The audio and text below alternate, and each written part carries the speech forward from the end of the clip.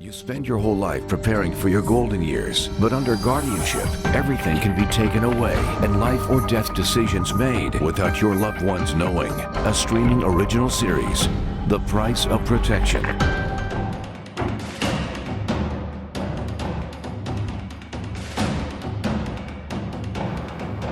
Last night, the Department of Health announced that there were 2 presumptive positive cases of coronavirus disease in the state of Florida.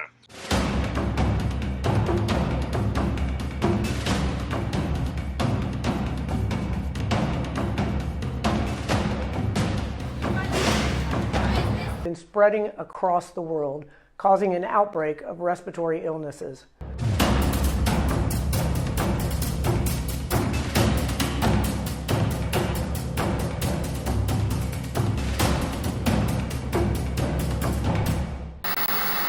Live from Tampa Bay streaming news leader, this is ABC Action News, taking action for you. Good evening, everyone. I'm Jamison Euler, bringing you the news from my home tonight. Wendy is off. In less than an hour, the governor's 30-day safer-at-home order becomes active.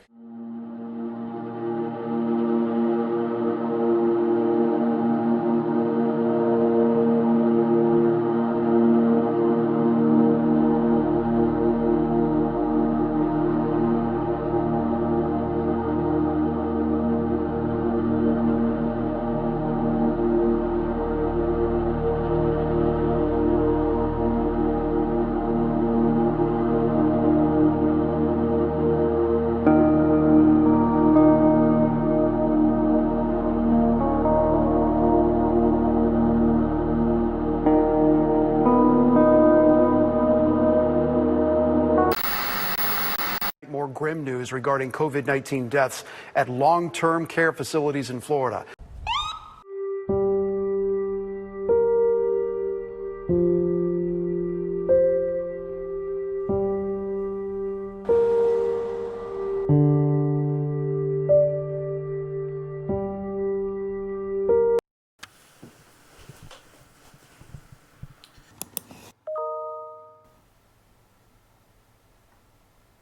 Hey, Mr. Rick Blake. You got me? I gotcha. All right. Let's pull that screen a little closer to you so that we got a nice... Framed up Okay. nicely without too much headroom there. Yeah, there you go. How many people under guardianship do you think are vulnerable to this pandemic who were in these long-term care facilities? Well, vast majority. We estimate that there's about 200,000 adults placed into guardianship every year. It makes people like Ganite Derse or tens of thousands of other seniors who are locked in long-term care facilities extremely vulnerable, Adam. When you first heard that Ganita had been diagnosed with COVID-19, what went through your mind? She's not going to make it.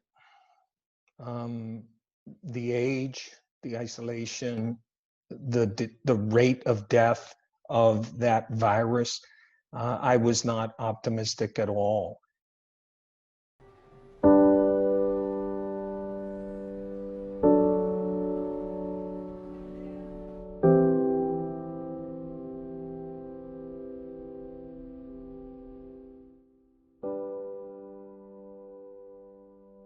We really strongly believe that my aunt, knowing how, she is, she would be able to get out of the guardianship and be with us here, walking around her garden.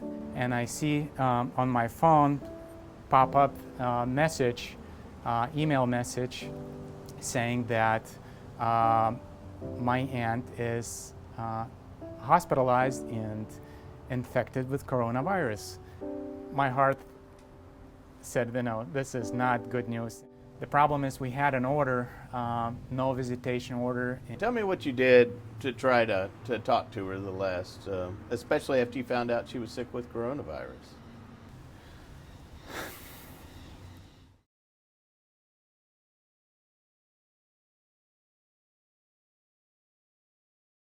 I started communication with my attorney to talk to her and be able to see her, visit on if video call or regular call, or if that's not possible, get any updates, regular updates or possible daily updates about her condition.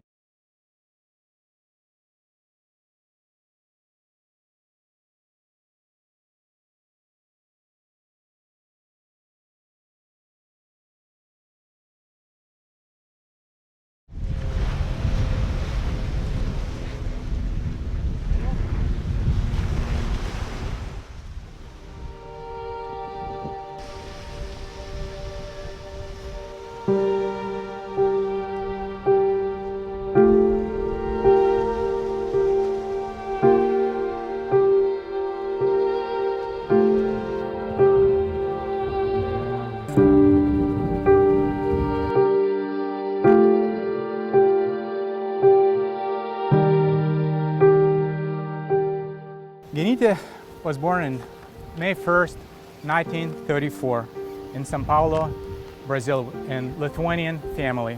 She loved her beach home and worked around it until she was moved to an assisted living facility.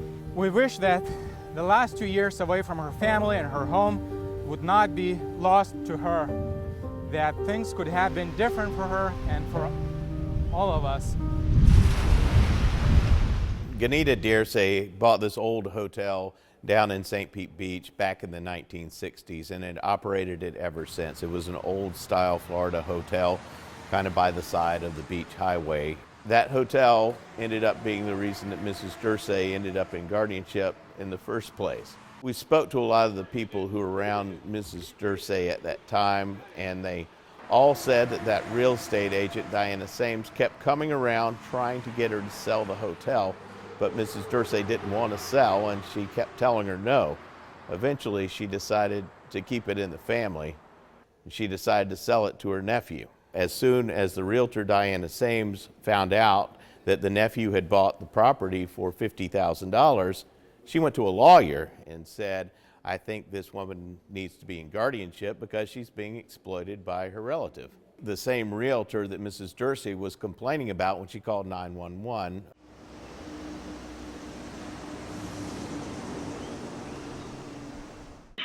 911, is it the police, fire, or medical emergency? This is the apartment hotel. Diana says come all the time here, very bad woman, talking too much. Okay, you need the police? No, but she ran out, but she's coming in talking to me. I need to work, I work, Sorry, I'm her nephew, and she just complained, my aunt, that she doesn't want this person coming. She said she doesn't want to have that person on her property. That's what my aunt said, and she insisted to call the police so she wouldn't come back this late. When Mrs. Dearsay was originally put into guardianship, she continued to live at the hotel, and the guardian hired caregivers to take care of her. Well, her nephew provided us with some video showing what happened with one of those caregivers, and it was very disturbing and very concerning. Let's go. Let's go. I don't care if you try to hurt me. I tried to help you. Let's go. Let's go. I'm going to stay with my magic. Let's It's go. Bye-bye. Okay, well, stay here. Bye. Stop yelling. Let's stay here then. Bye. Bye. We contacted the sheriff's office and we found out that a report had been made. We got a copy of that report, and we learned that no one was ever charged with a crime in this case. After learning about this incident, we wanted to reach out to the realtor, Diana Sames, about this guardianship. All I care about is Jenny Dearsay. I don't care about any other dramas, that she's been taken care of, and it was very important to protect her interests. We tried to reach out to her again after Mrs. Dearsay died. Hi Diana, it's Adam Walser with ABC Action News. Don't know if you heard the news, but Mrs. Dearsay passed away. I'd sent you an email a couple of days ago and just wanted to see if you wanted to talk about her guardianship, kind of your feelings about how everything turned out. My number is 813-352. Thank you so much.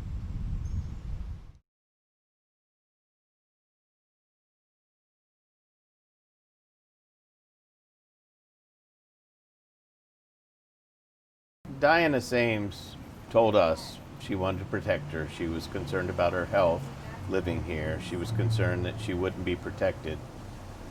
What would you tell her about how all this turned out?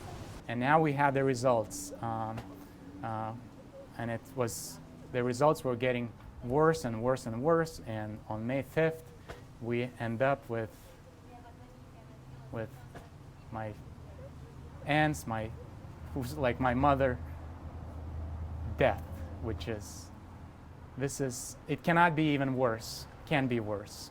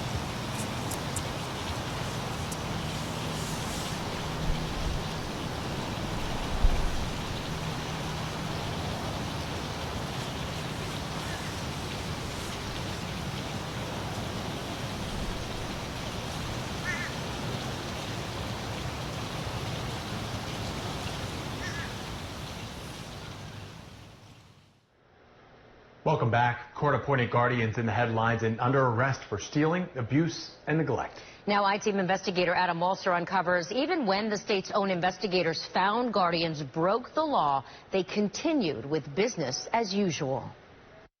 Can I kiss you too? Long before the pandemic, this video from 2018 shows a reunion. Can't you see I'm no good without you? Between Lily White, her sister Jane, and her niece Terry. Lily is still at an assisted living facility, and her court-appointed guardian banned most of her family from contacting her years ago. We didn't know where she was for 2 years, and then we found her through private investigators in November 2018. After a family dispute over money, a judge appointed a professional guardian to care for White. I never thought anything like this could have happened. White was removed from her home in August 2016 and taken to this assisted living facility. They're saying you don't want to see your sister, Janie. Do you want to see her? See how lies can get out and, oh my goodness. Do you want to see her? Of course I do. I've always wanted to see her.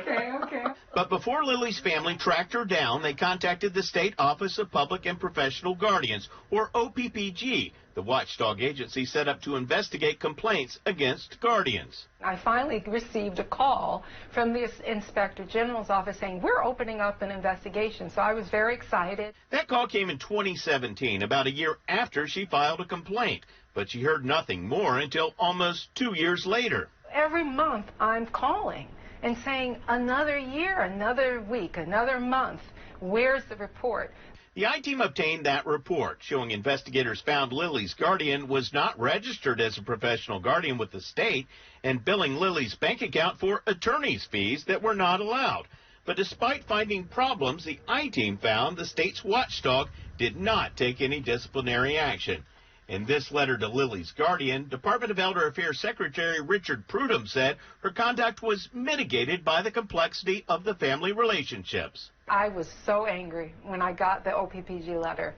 The I-Team uncovered 8 other cases in which investigators determined guardians violated the law, but the state never moved to revoke any of their registrations, instead ruling each of those problems had been mitigated. One guardian was cited for paying a concierge dentist $73,000 for unnecessary visits. Another for charging a person under her care to take her on a cruise as an hourly caretaker.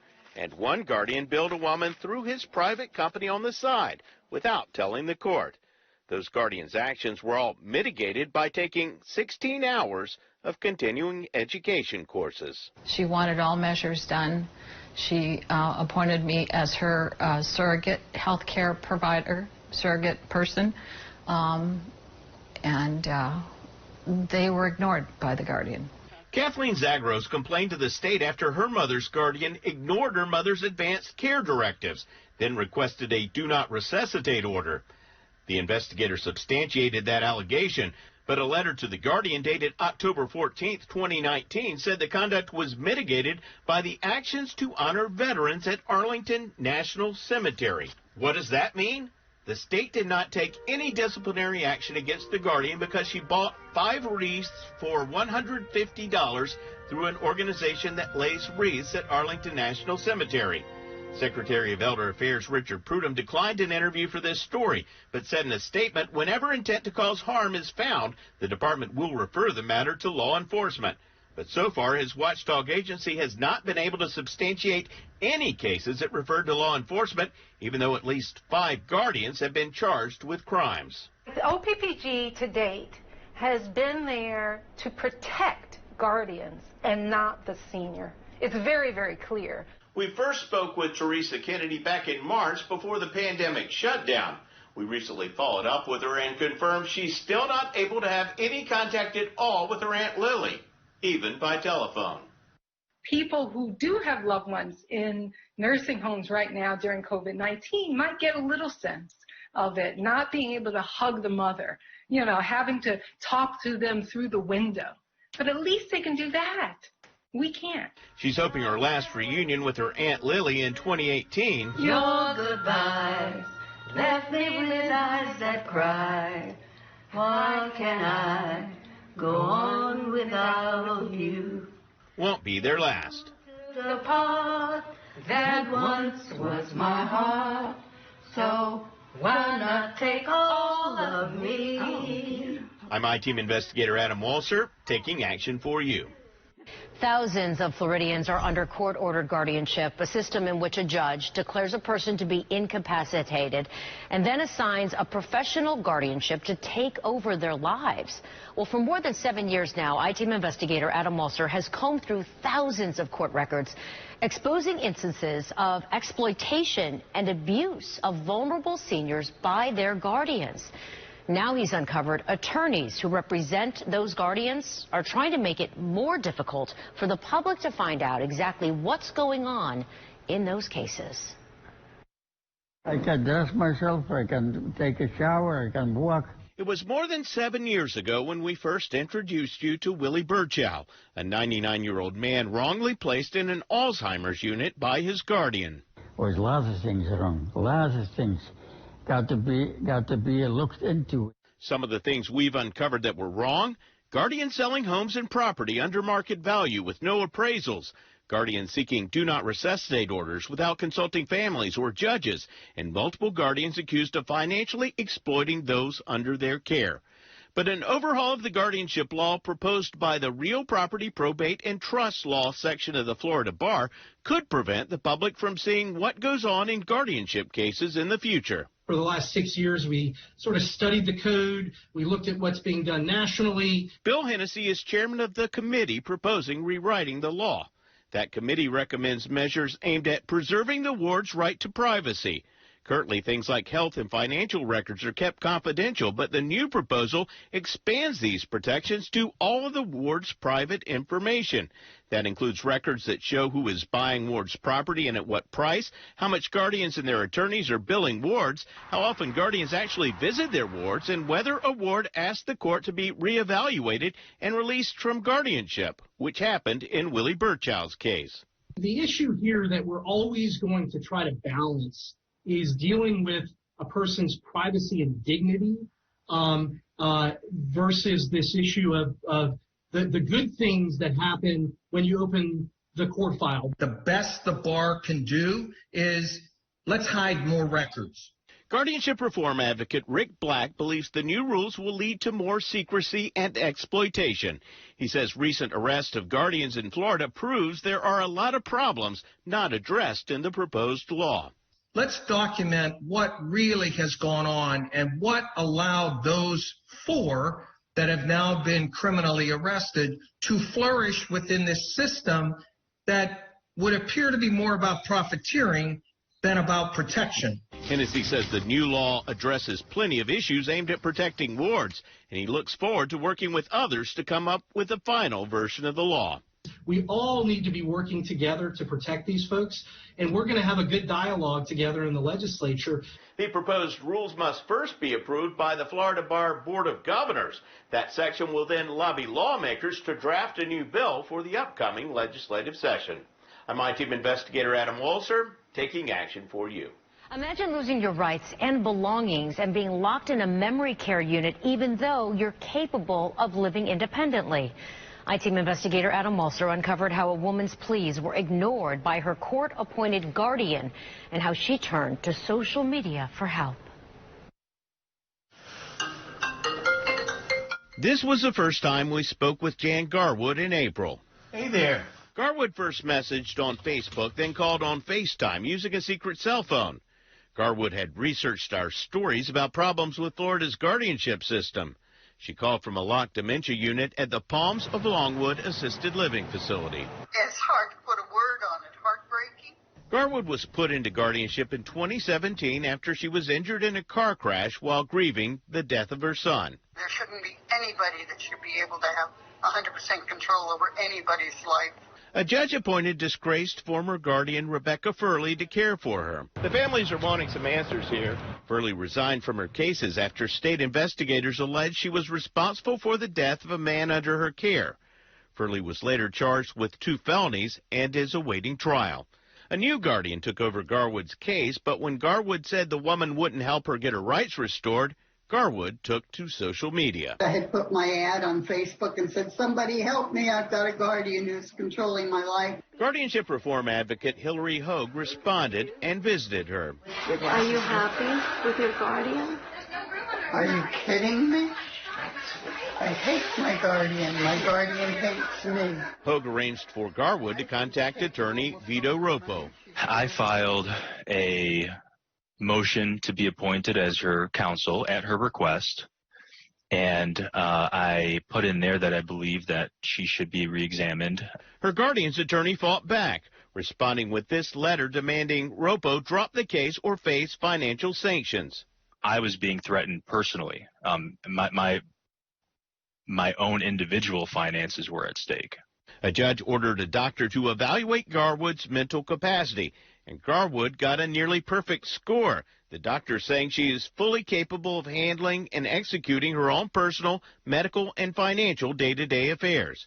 The judge released Garwood from guardianship in late August. But I never gave up that eventually, sooner or later, something would have to happen that I'd be able to get away from her. After her release, Garwood no longer had her home. Her guardian sold it to an employee of Palms of Longwood. It was sold substantially less than what the other homes in the area were going for. And we also know that the house was never placed onto the market for sale. When you lose a house like that, you lose your memories.